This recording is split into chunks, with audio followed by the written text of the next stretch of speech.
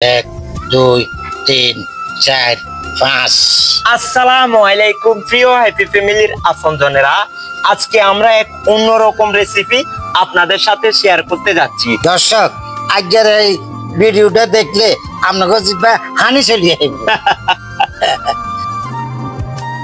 আমার বাবার অনেকদিন যাবত ইচ্ছে করতেছিল নেহারি খেতে, তাই আমরা বাবার ইচ্ছেটি পূরণ করতে নেহারি খাওয়ার জন্য আয়োজন করি।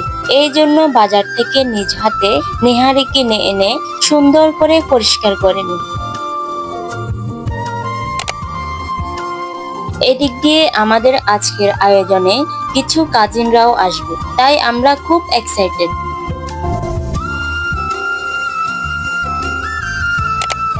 এরপর বিসমিল্লাহ বলে আমাদের ঘরের মাটির চুলায় দুইটি পাতিলে নেহারিগুলি বসিয়ে দিই।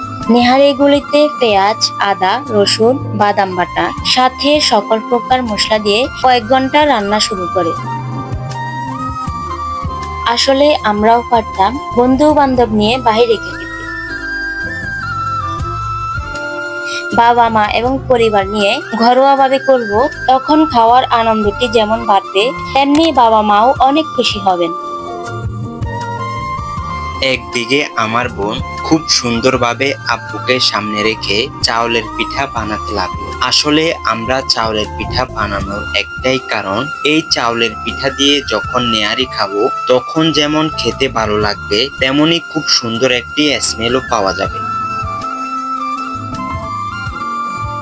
তারপর চুলায় একদিকে আম্মু নেহারি রান্নার শেষ পর্যায়ে, অন্যদিকে আমার বোন সেই পিঠাগুলি মাটির খোলায় এক এক করে তৈরি করতে লাগলো। তারপর আমি বসে বসে রান্নার দৃশ্যগুলো উপভোগ করতেছি। যখন নেহারি রান্না কমপ্লিট হয়ে আসলো তখন আমি একটু টেস্ট করে দেখি। নেহারি আর পিঠা বানানো কমপ্লিট হওয়ার পর আমরা দুই ভাই মিলে স্পেশাল সালাদ তৈরি করতে বসি। তারপর সবকিছু কমপ্লিট হওয়ার পর আমরা এক এক করে সবাই মিলে আজকের স্পেশাল নেহারিটি নিয়ে আসতে লাগি।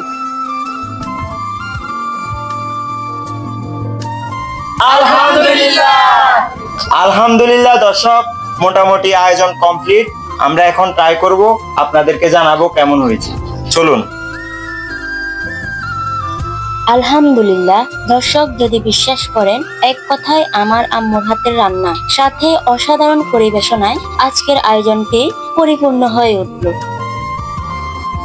আসলে আমার আন্টির রান্নাটা সেই রকম হয়েছে, খুব ভালো রান্না হয়েছে, খুব মজা হয়েছে। আসলে প্রিয় হ্যাপি ফ্যামিলির আপনজনেরা, আজকে আমার আম্মুর হাতের স্পেশাল নেহারি রান্না ব্লগটি কেমন লেগেছে অবশ্যই কমেন্টে জানাবেন। এইরকম সুন্দর সুন্দর আপডেট ভিডিও পেতে ফলো দিয়ে হ্যাপি ফ্যামিলির সদস্য হয়ে যান।